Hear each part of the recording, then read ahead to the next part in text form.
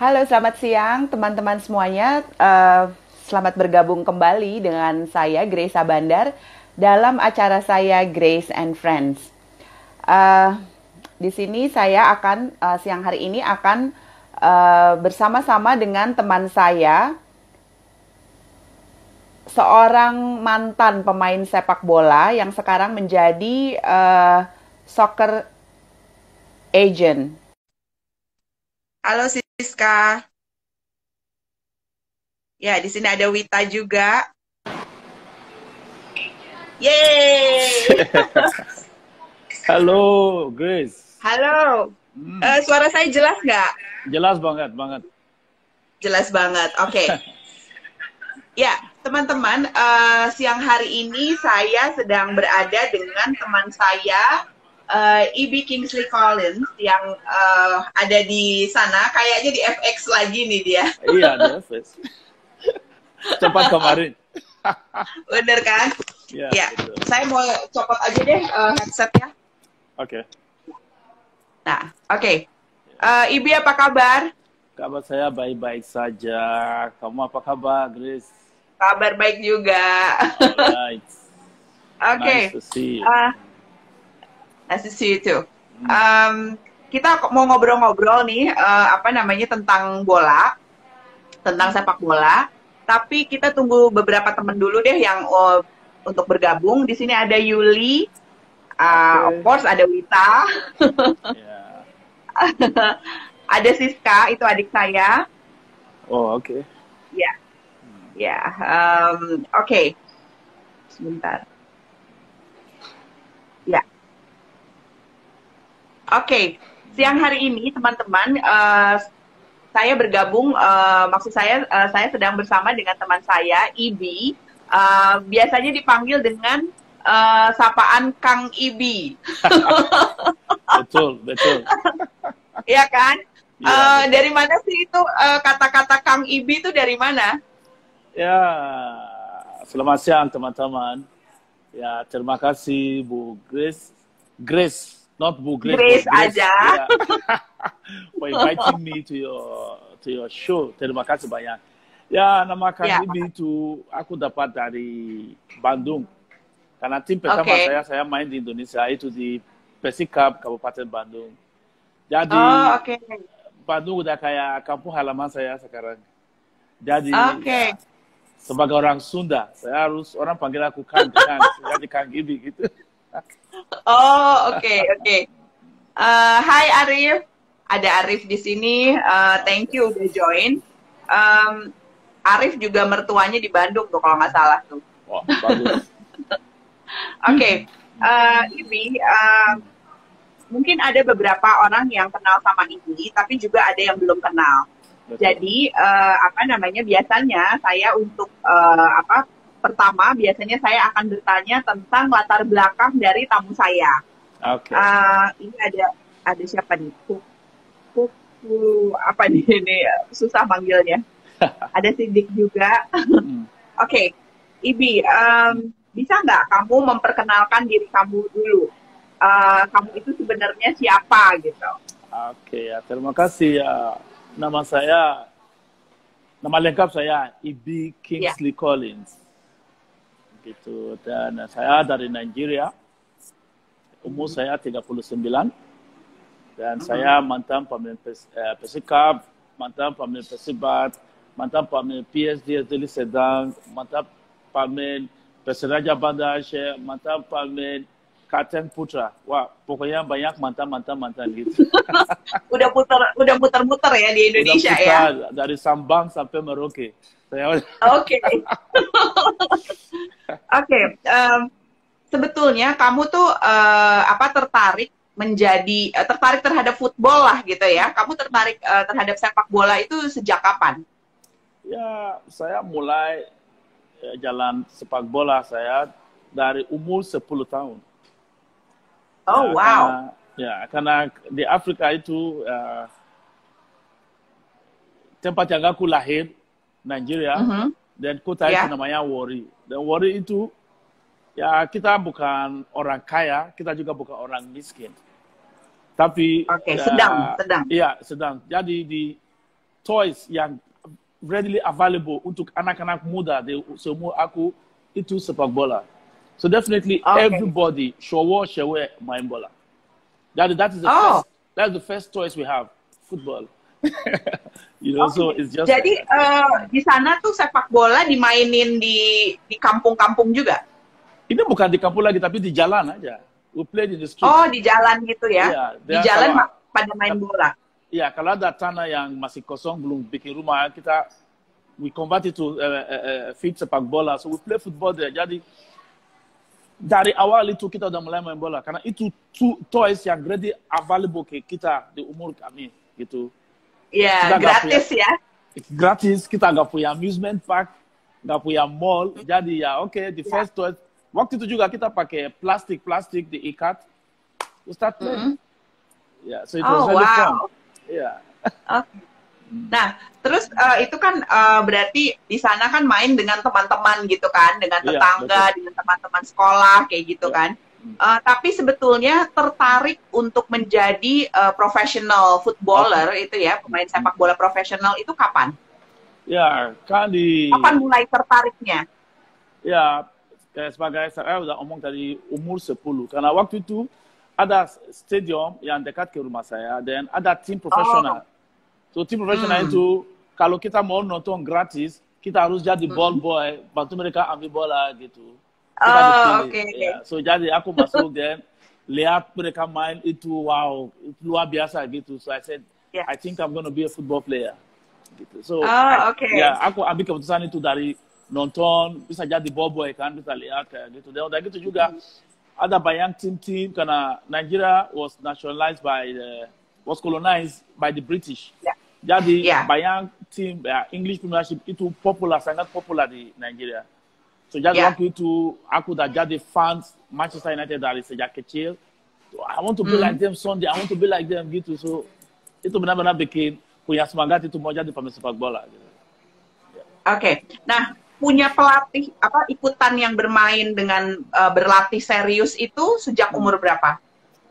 Sejak umur 12 tahun ada kompetisi di daerah aku, terus ada satu tim, actually it was the best team di daerah aku di Warri, namanya Invisible Leopard Youth Football Club. So Invisible itu mereka they are doing something that it is the first academy in Warri. Tapi orang yang punya itu mantan pemain tapi dia nggak bisa main, jadi dia aku jadi pelatih aja. Dia nggak coaching course, nothing gitu. But it was the best team. Sampai sekarang, itu masih ada sampai sekarang. Oh, oke. Itu bayar nggak waktu itu? Untuk belajar bayar nggak? Nggak dibayar. Gratis? Nggak bayar, itu gratis. Karena rumah saya jauh juga. Setiap aku ke sana latihan, mau pulang, pelatih itu kasih aku ongkos. Pulang. Karena tempat aku jauh banget. Jauh banget. So, dia harus kasih aku ongkos. Biar aku balik lagi, gitu. Jadi terbalik ya, pelatihnya kasih ongkos. Ya, kasih ongkos. Kadang-kadang mungkin ada games yang dia harus kasih aku lunch. Habis latihan, aku ke rumah dia mandi, aku makan, tunggu main baru pulang. Ya, gitu. So it was really fun then. Yeah, it was really fun. Itu hanya kamu aja atau teman-teman juga begitu? No, cuma aku. Kemarin itu aku ke Nigeria, I have to make it a point of duty. Aku panggil pelatih itu. Masih ada ya dia? Masih ada, ya. Karena dia sama orang tua aku, sama semua keluarga. Everybody know him anyway, so he's a very nice guy and I'm very proud of him, gitu. Because semakin hari, semakin aku appreciate what he did for me, gitu. So I always to give back, you know. Kayak aku beli equipment, kasih ke team itu. So that's how I can say thank you. Because they really helped me.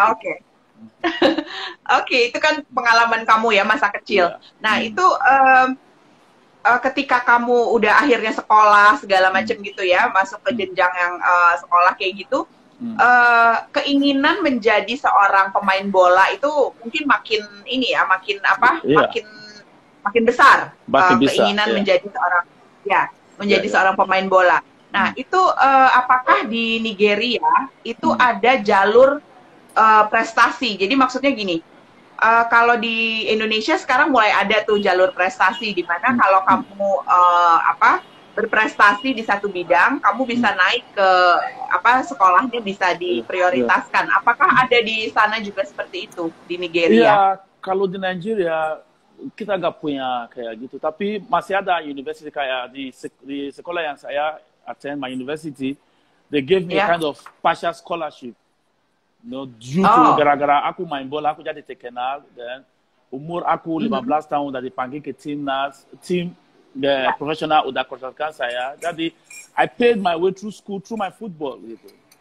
Subsidized by the university to mereka bantu. That's how I paid my way through university dan bisa dapat education saya gitu. It was really challenging. Iya. Kita tahu nih ya bahwa Nigeria adalah tim sepak bola yang termasuk paling kuat gitu ya. Maksudnya betul. Di Afrika adalah yang paling kuat gitu di Afrika. Itu gimana ya suasana bola di sana? Kalau kamu compare dengan bola sepak bola di Indonesia, itu gimana? Apakah di sana lebih suasananya itu misalnya orang itu lebih suka bola atau lebih banyak orang di sini yang lebih suka bola? Ya, kalau aku mau timbang dua-duanya, aku pikir orang Indonesia lebih suka sepak bola dari Nigeria. Tapi yang beda, yang Nigeria itu, kita main bola itu because cuma itu yang toys yang kami punya. Itu yang toys yang readily available. Jadi kita main itu, for example, ayah saya nggak tahu saya main bola. Setelah saya udah mulai main di TV, udah mulai keluar dari TV, baru dia tahu, dia juga kaget. Ya nggak tahu kalau sepak bola gitu, itu nggak boleh dan aku harus ke sekolah, pokoknya dia nggak mau dengar tentang sepak bola atau dia boleh setuju aku main bola setelah nama saya keluar di TV dipanggil ke timnas, baru dia setuju aku main bola. So ya jadi di sini at least masih ada orang tua di sini yang bisa bawa anak mereka ke akademi. Kalau Nigeria, we don't have that kind of that luxury, nggak ada, luxury itu nggak ada, itu. Football is a way out. Sekarang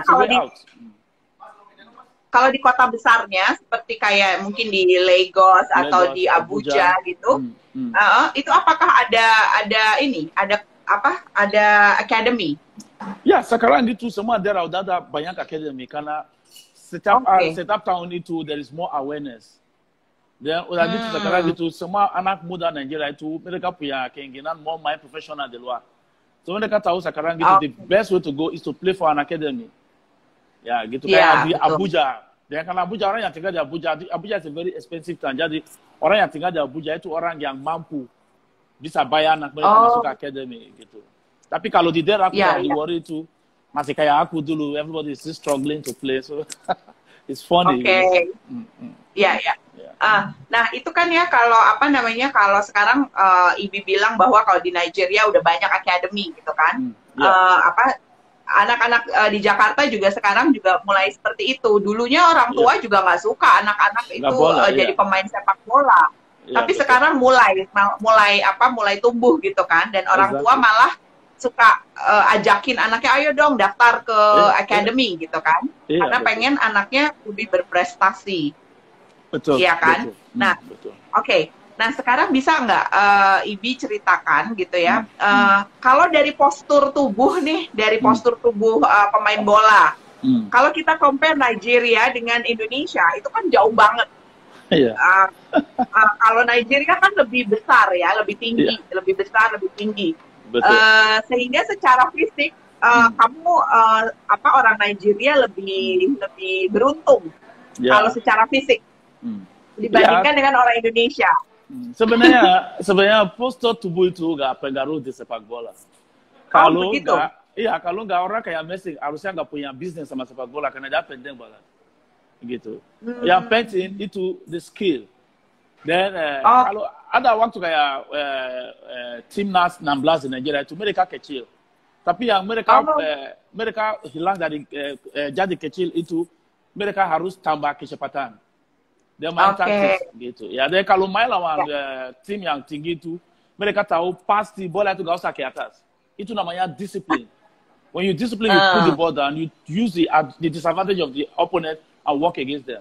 Kalau di Nigeria itu, postur tubuh itu gak pengaruh di sepak bola. Yang penting, you can be ready to fight, you can be ready to contest every ball, then make sure you don't play to the opponent advantage gitu. Kita dah tahu pemain itu tinggi. Kau usah bawa bola atas dong. Harus bawa bola pendek di bawah, dan kita harus kuat untuk lari, untuk recovery. Gitu. Itu cara kita bisa lawan pemain-pemain yang tinggi. Ya karena nggak masuk akal mereka tinggi, kita bawa ke atas. To go and do what? Kamu bisa rebut bola. Gitu. Ya, betul-betul.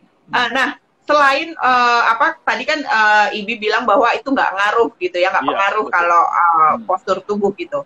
Nah, sebetulnya untuk menjadi seorang pemain bola profesional, syaratnya apa? Ya, syaratnya dari sisi requirements-nya. Ya, dari sisi satu mudah. Dan dari sisi lain itu juga agak mudah. Nomor satu, mau jadi pemain sepak bola itu profesional, kamu harus ambil keputusan itu. Karena sepak bola, orang bilang perempuan cemburu. Enggak, sepak bola lebih cemburu dari perempuan. Ya karena kalau kamu, that is the truth. Kalau kamu main bola itu, you have to give it total devotion. Kamu harus fokus untuk sepak bola. Kalau kamu hilang satu hari konsentrasi untuk sepak bola hilang konsentrasi untuk kamu 2 hari. So which means selalu kamu harus siap untuk kerja. You give everything, you have to love football. Itu satu. Dan yang kedua, kamu harus siap untuk kerja keras. Ya, latihan terus ya? Iya, harus latihan terus. Karena nomor satu, ada banyak orang yang mau main bola. So jadi, posisi kamu pikir kamu bisa main itu, kamu bisa ke seleksi, mungkin 10 orang main posisi itu. Padahal mereka cuma mau 1 orang. So jadi, kamu harus siap. Kalau kamu kalah ski itu, jangan kalah kerja keras, jangan kalah lari, jangan kalah bertahan gitu. Ya. Itu artinya kamu harus siap untuk terima. Ada banyak tantangan. Ini datang, mungkin tim itu cuma cari 2 pemain di posisi itu, tapi orang yang datang ke seleksi itu 15 orang.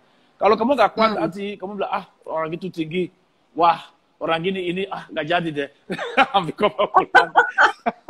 Ya. You have to be determined. Determination itu satu. Because with determination and hard work, you can defeat talent. Ya.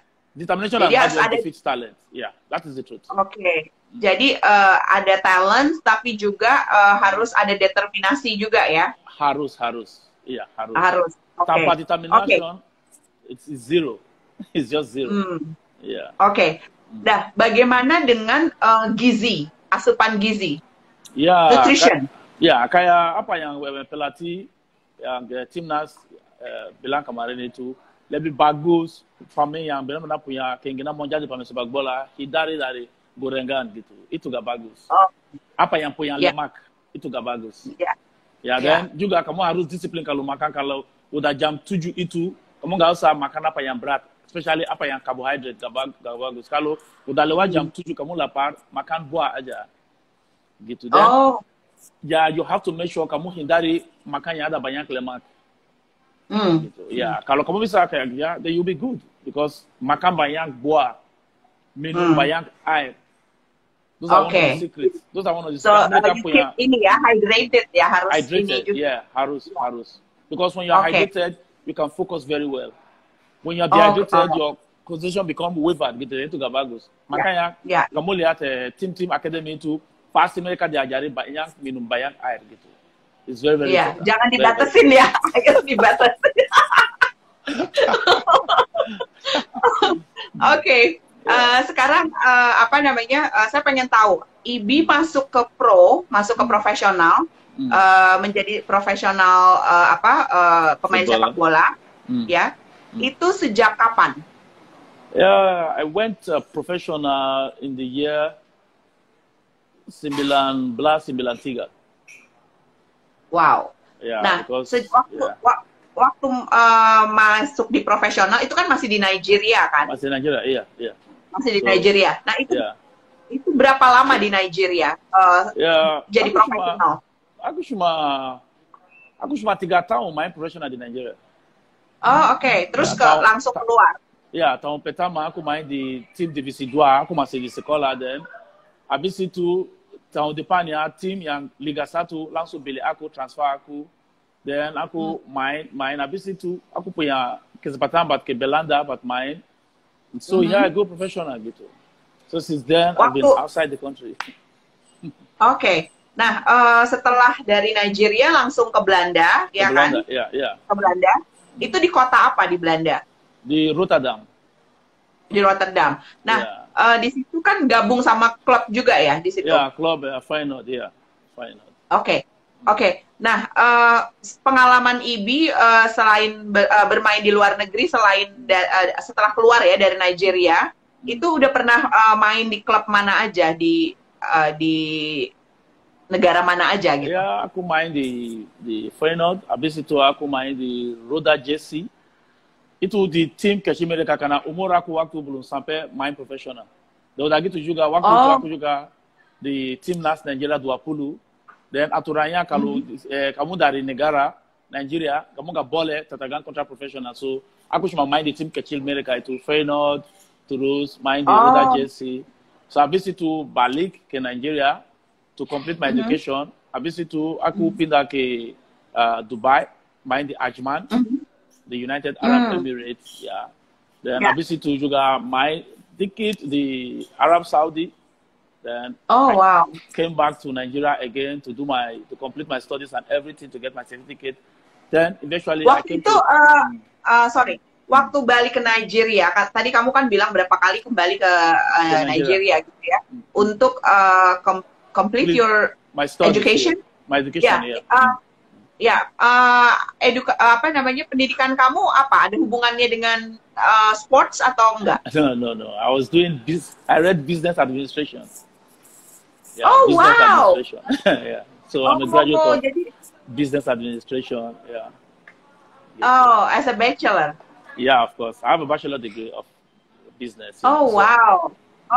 Jadi bukan ini ya, bukan dari sports gitu ya? No sport. No. Oh, oke. Tapi itu bagus, berarti kamu punya latar belakang pendidikan bisnis juga. Jadi itu juga. It's very important, you know, when you are playing football. Kalau mau jadi pemain sepak bola itu jaga tinggalan education, because nggak ada orang yang bisa main sepak bola untuk selamanya, nggak mungkin. So jadi you have to prepare yourself for life after sport. Like what I'm doing now, it's like waktu aku di Indonesia, aku juga study broadcasting, gitu. So kayak gitu. Then at the end of from a private school, so what I'm doing now is all about like my what I read, you know. So I'm falling back on what I learned. Gitu. Banyak karena banyak pemain habis main itu mereka mau jadi pelatih. Tapi kalau kita mau jujur itu setiap tahun di Indonesia, di Jakarta di sini itu ada coaching course, you know. Coaching course itu bisa punya peserta mungkin 1,000 orang ikut itu. So which means at the end of how many weeks mereka udah jadi certified coaches. Okay? Tapi kita harus pikir berapa tim yang ada di Indonesia. If 1,000 people go to coaching course punya certificate itu, ada berapa tim di Indonesia? So that is the problem. You know? That is the problem. So aku lihat, I just look at it. Even though I have the talent of being a coach, but I decided to say, let me go into management, because management will be in relation to business, and business is what I majored in. So I think it's better for me gitu.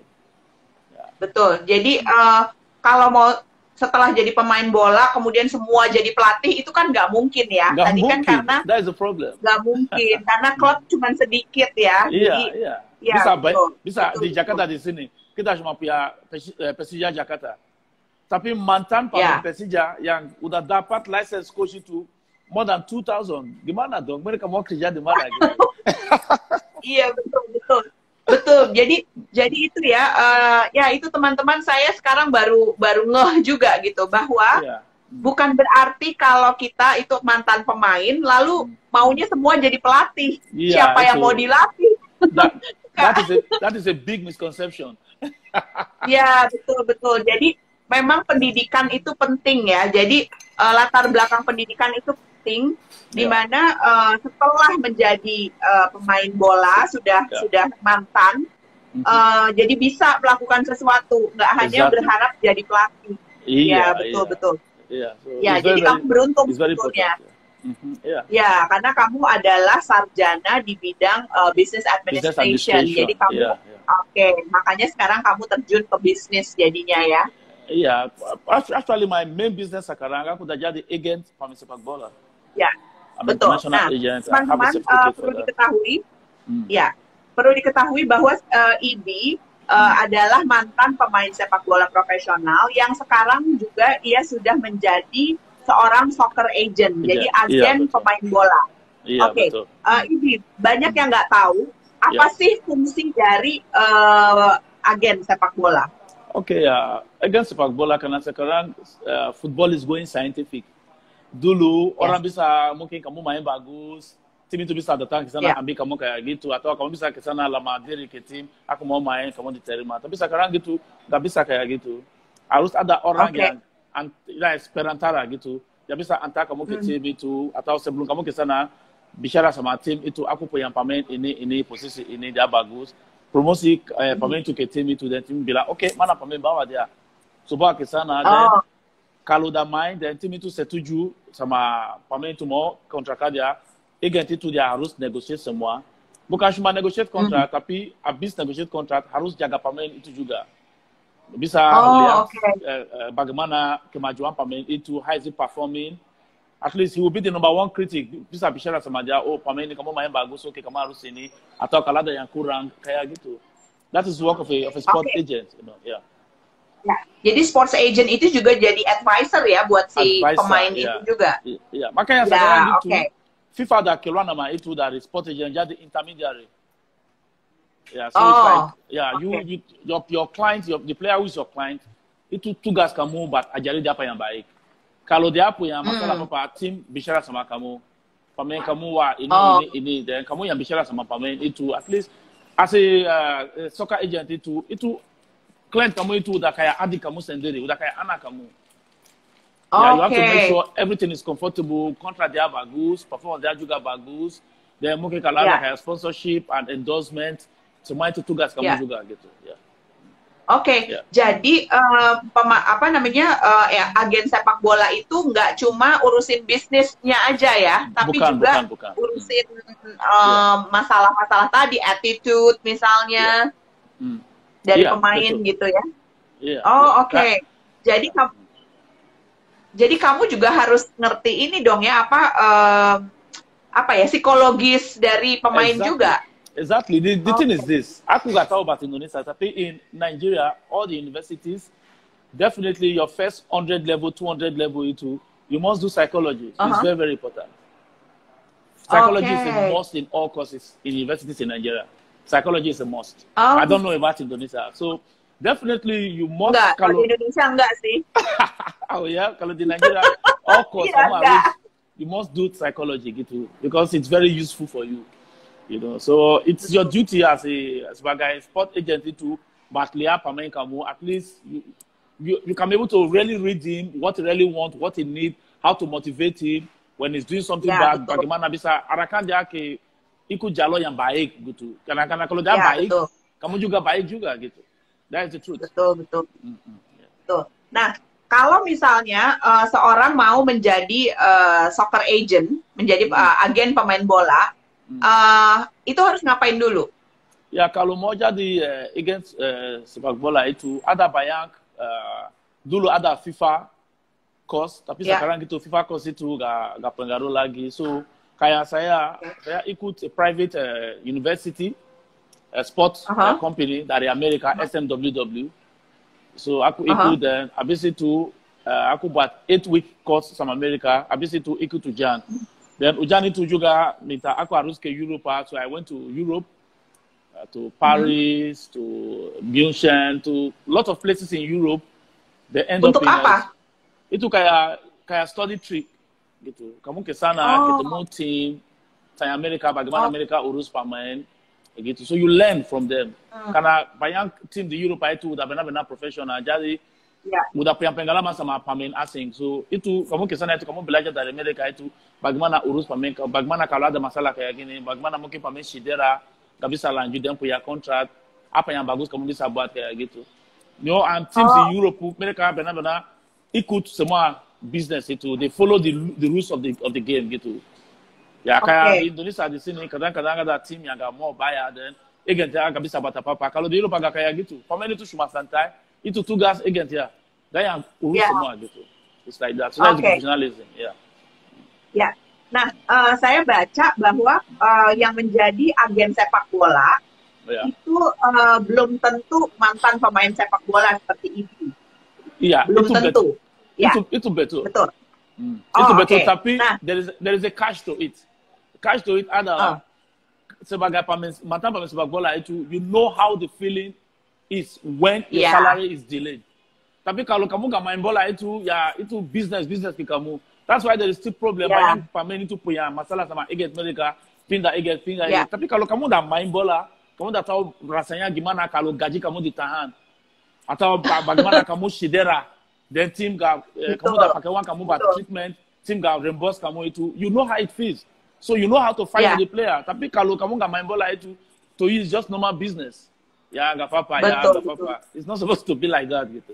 Betul. Iya, betul juga. Jadi kalau memang misalnya saya nggak ngerti, saya belum pernah main bola, tiba-tiba saya jadi soccer agent, pasti saya nggak mengerti gimana ya rasanya kalau jadi pemain bola, kan? Iya, karena kalau kamu jadi agent sekarang gitu, mungkin pemain itu cedera gak bisa main, kamu gak akan lihat itu dari sisi pemain, kamu akan lihat dari sisi bisnis. Kalau kamu terlalu tegas ke tim ini, mungkin mereka gak ambil pemain dari kamu lagi. Karena that is business to you. Tapi sebagai mantan pemain sepak bola itu, kalau ada kejadian kayak gitu, kamu akan pikir, waktu kemarin aku udah hadapi ini.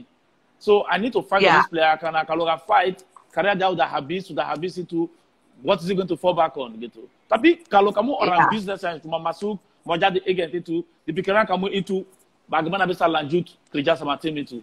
Ya udah cedera, mas, aku ganti dia ya. But professionally, that is not the right way to go about it. Gitu.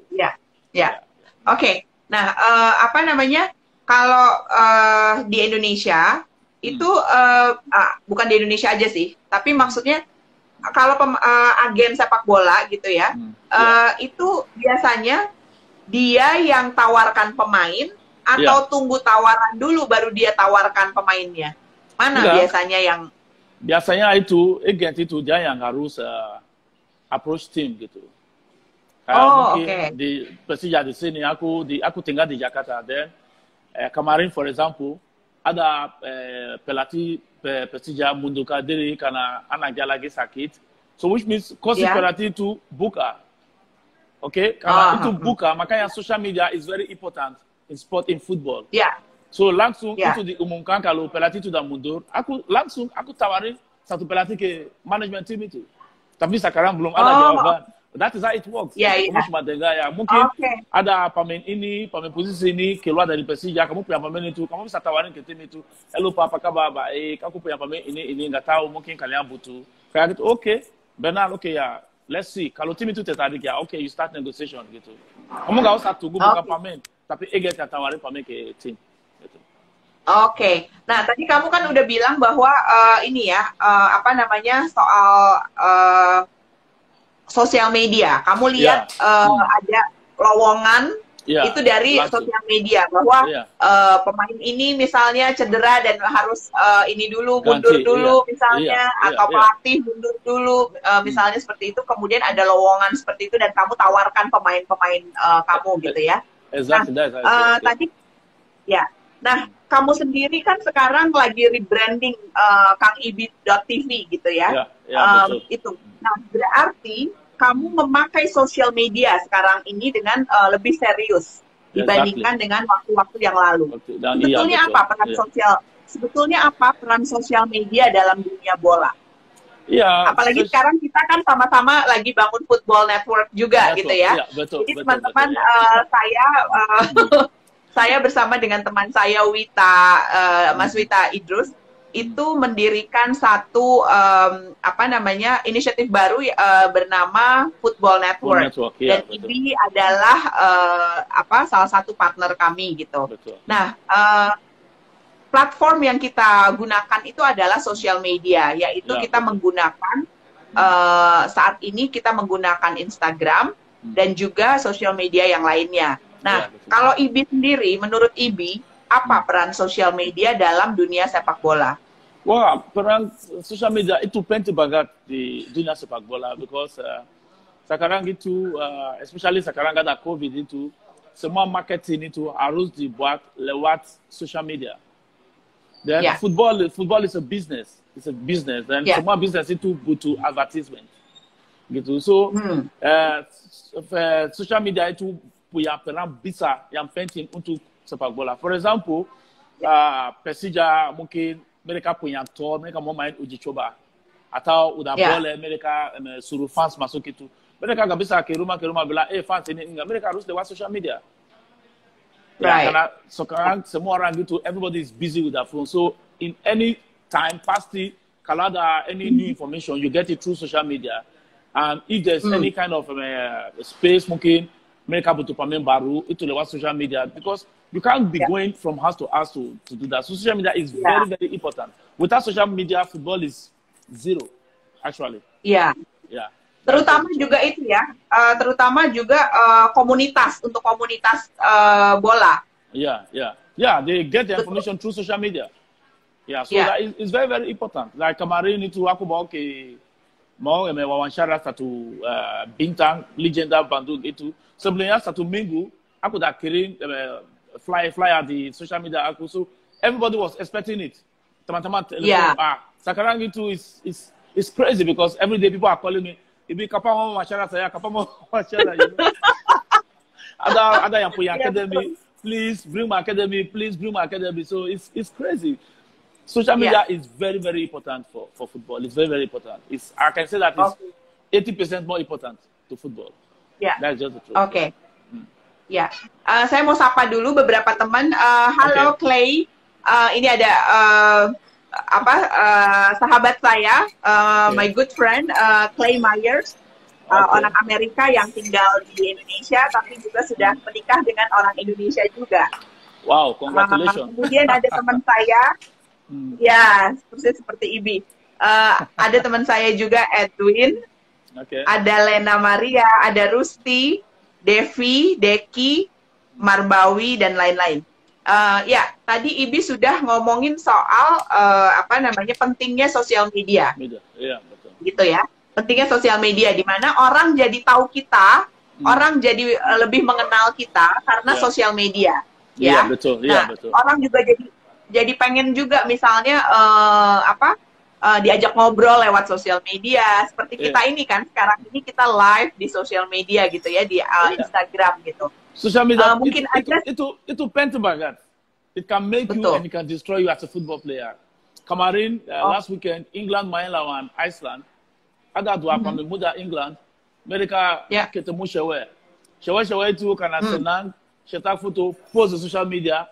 Pelatih lihat itu dua pemain itu disuruh pulang. So social media can make you and it can destroy you. So you know it's very important in football. Social media is very, very important. Oke.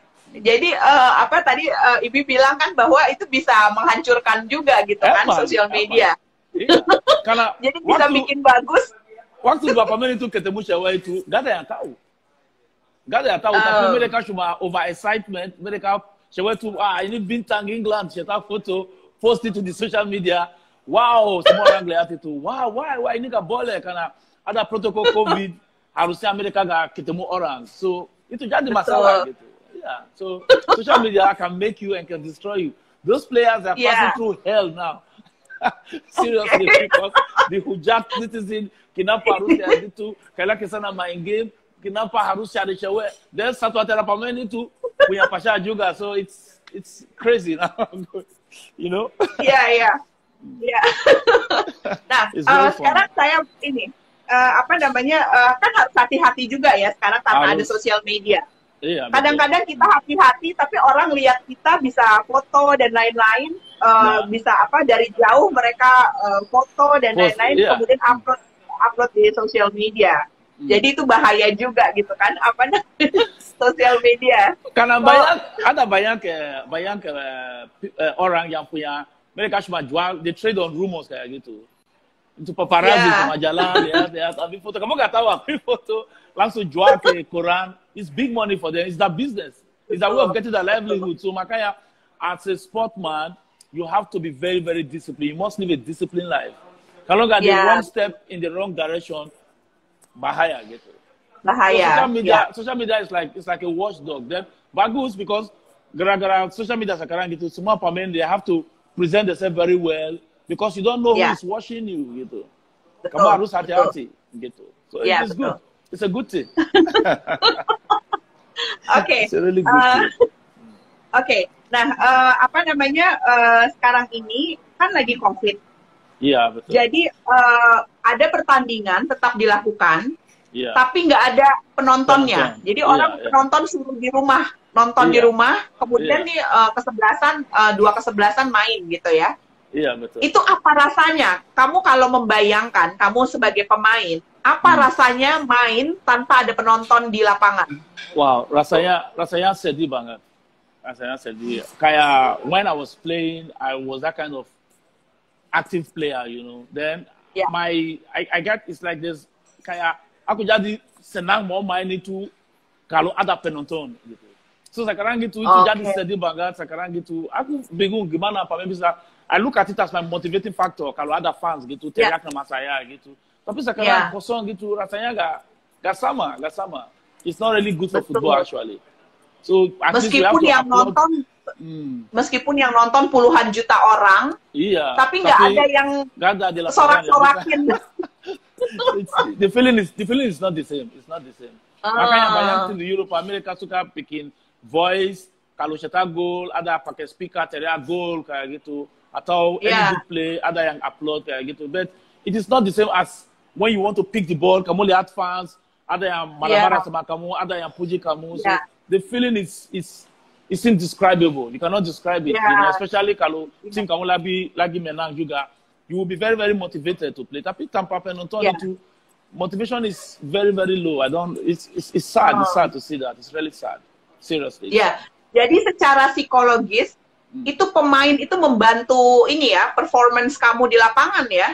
Iya, fans itu kalau ada fans teriak nama kamu, makanya kamu lihat tim kayak, for example, Persija atau Persib Bandung. Kalau Persib Bandung mau main di kandang mereka itu, wow, dengan support itu mereka teriak sebelum masuk ke lapangan itu, tim lawan itu mereka udah done karena pasti fans teriak nama tim mereka, wow ini bagus, hari ini pasti kalah.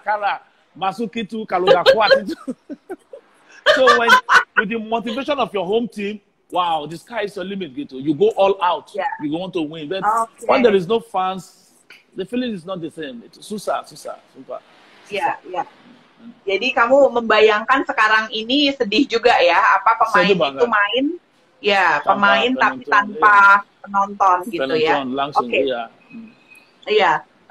Tapi memang sih kita harus apresiasi juga bahwa pertandingan tetap dilakukan sebetulnya, karena kan kalau nggak ada juga nggak asik juga kan kalau nggak ada sama sekali pertandingan gitu kan. Nggak asik ya. Timun sekarang nggak ada penonton di lapangan, tapi bayangin kayak English Premier League mereka mau buat itu biar sekarang mungkin bisa nonton, tapi they are trying to bring fans in, tapi nggak sepenuh kayak dulu. Dikit-dikit mau mulai bawa orang masuk lagi, tapi it's going to be difficult, but it's okay. What can we do? Life must go on gitu. Betul. The show must go on. Apalagi sekarang sayangnya di Jakarta, di Indonesia, kasus COVID, kasus dari COVID ini kan naik terus gitu ya. Naik terus. Kemarin saya tadi malam saya barusan WhatsApp dengan mantan dubes Nigeria untuk Indonesia. Karena dia juga penggemar bola juga gitu kan. Saya barusan WhatsApp sama dia. Kita compare antara COVID di Nigeria dan di Indonesia gitu. Nah, di Nigeria itu curve-nya itu udah begini, gini. Masnya tuh udah turun gini. Sementara di Indonesia tuh begini, masih begitu gitu. Jadi sedih banget gitu. Mulai Senin kita sudah gini lagi, mulai lockdown lagi. Jadi itu memang itu sedih banget karena kita kayak mundur lagi gitu ya. Yang tadinya kita sudah mulai maju, kita sekarang mundur lagi. Tapi ya memang harus kita hadapi juga gitu ya. Dengan protokol kesehatan yang baik. Nah, ini kita saya biasanya itu teman-teman kalau ada yang mau bertanya silahkan ya. Nah, ini ada yang tanya nih. Ada yang tanya. Clay, Clay Myers, Okay. how has the suspension of play affected the training the training regimen? Are things easier now, more time to rest and recover, or more difficult, or for many reasons? Bisa Yeah, menjawab nggak, Ibi? yeah. The truth is that the training regime. Bahasa Inggris aja karena Yeah. Clay, ya. Okay. Yeah, the truth is that, hello Clay, the truth is that the training is still the same. It's still the same. It's still the same, but now the clubs are giving more emphasis to health protocols. Like formerly, a player can just, they can miss like that, but they're trying to make sure that they are not getting close too much like that. That is one. Then two, they are giving more time to rest and also giving more time to drink a lot of water, so that they can be, don't have to be dehydrated. And so it affects the preparation for games, because it's like there is too much emphasis paid on safety now. Normally, football is supposed to be a game of carefree, everybody can play, but now we have to be very, very careful with contact and everything. So definitely everything changed.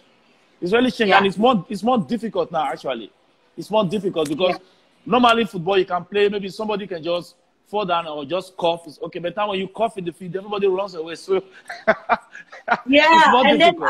Then usually you can just hug each other. Yeah. Now it is difficult. It's very difficult. Yeah, it's very difficult. So, but life must go on. Life must go on.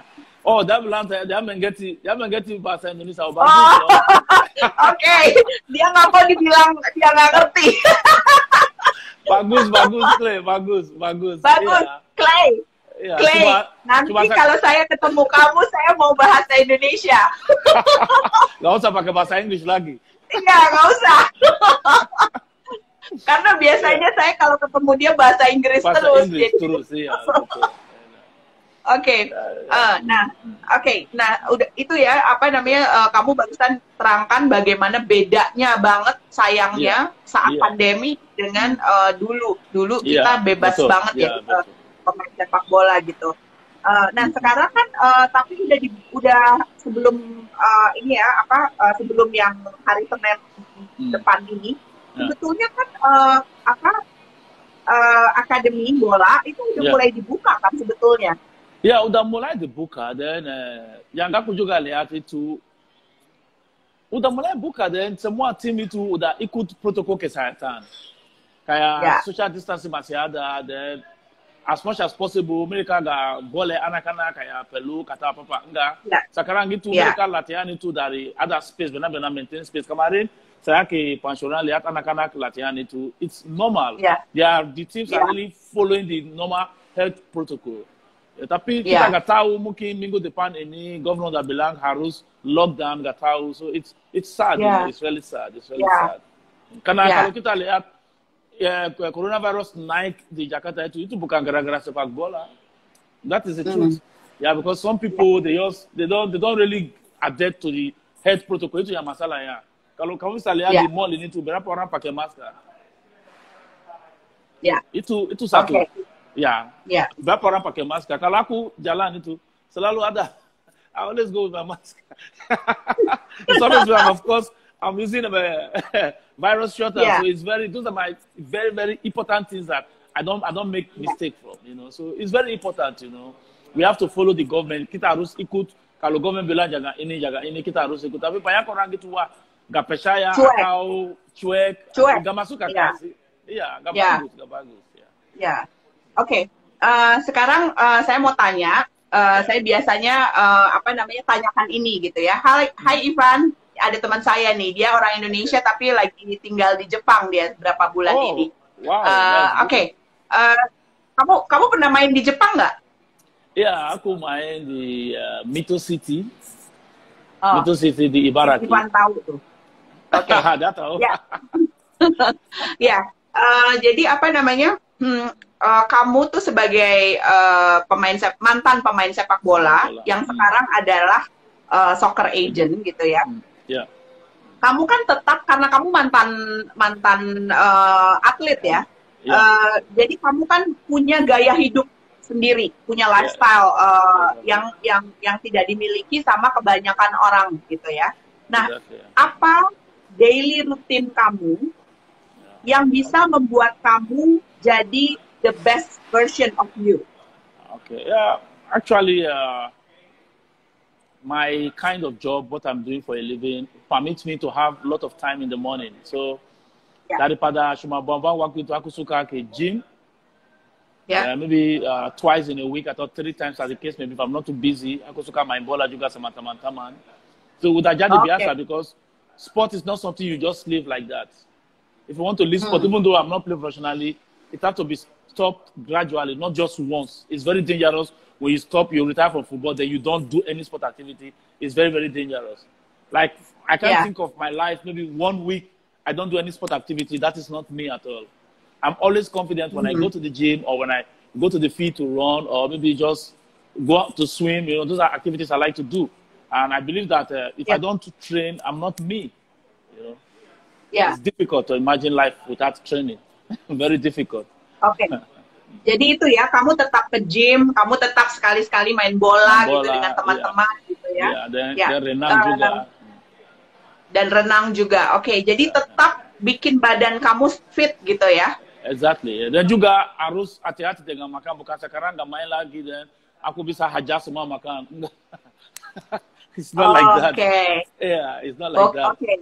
Yeah. Jadi tetap menjaga makanan ya. Makanan, iya gitu. Yeah, it's very very important. The food is very important. Ya, apalagi orang Indonesia senangnya gorengan. Aduh. Gorengan, iya. Itu bad. Ya, once in a while it's okay, tapi bukan setiap hari. Dan di sepak bola Indonesia banyak tim mereka punya kebiasaan itu. Setiap pagi itu ada bala-bala yang digoreng. Hancur. especially tim di Jawa. Astaga. Di mes itu udah ada bala-bala, udah ada gorengan ini, udah ada pisang. Oh my God. Itu gak bagus, you know. Karena konten yang dan it's not good for the body. It's not too good.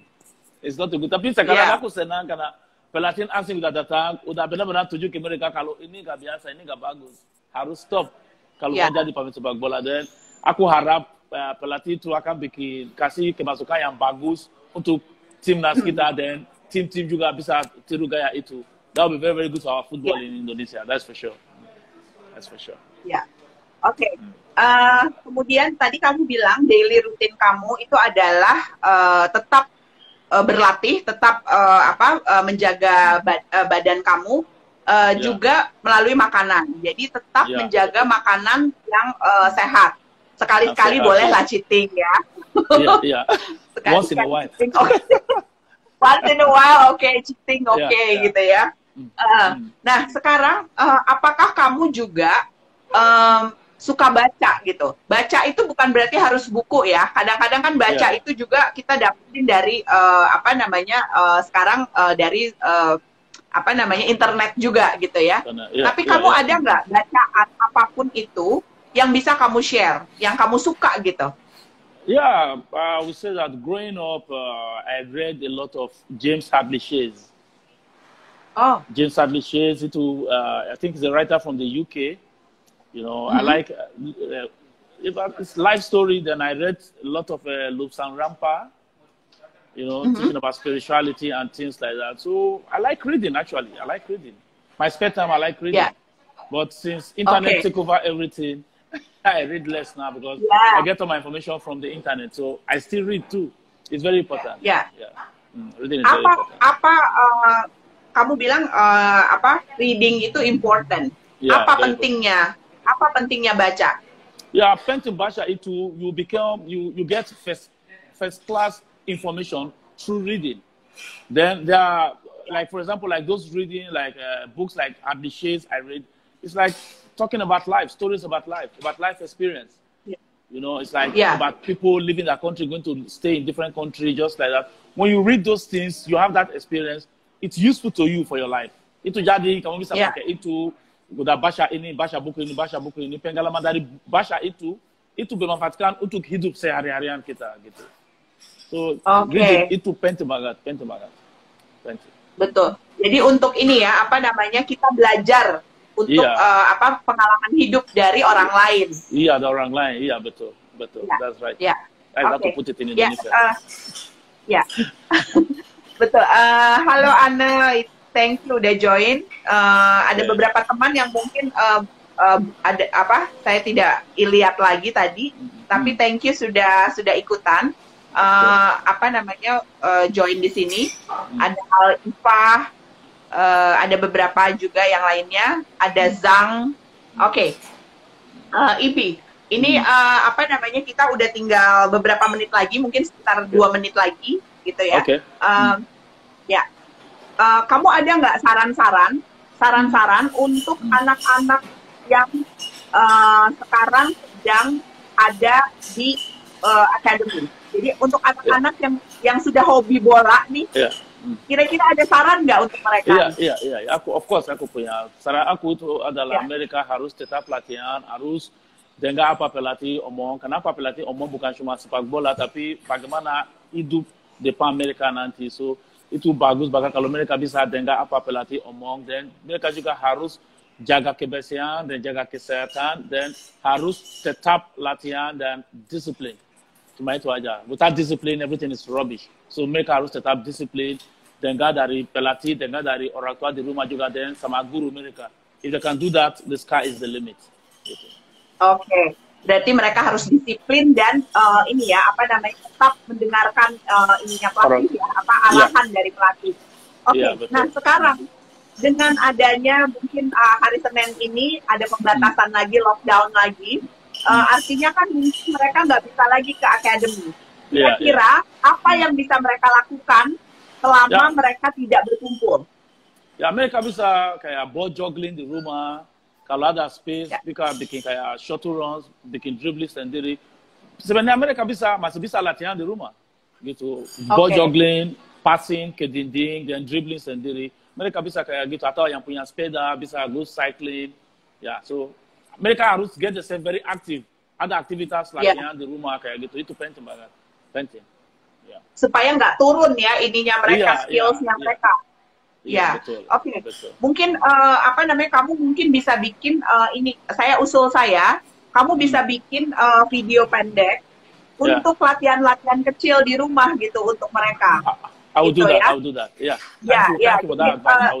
Ya, jadi saran saya supaya mereka juga bisa belajar gitu. Jadi kamu bisa upload juga apa namanya ke sosial media, juga nanti bisa diupload ke Football Network juga. Latihan-latihan kecil yang bisa mereka mulai. Kamu bikin video-video pendek gitu. Jadi misalnya apa, juggling, kemudian apa tadi kamu bilang apa lagi gitu ya.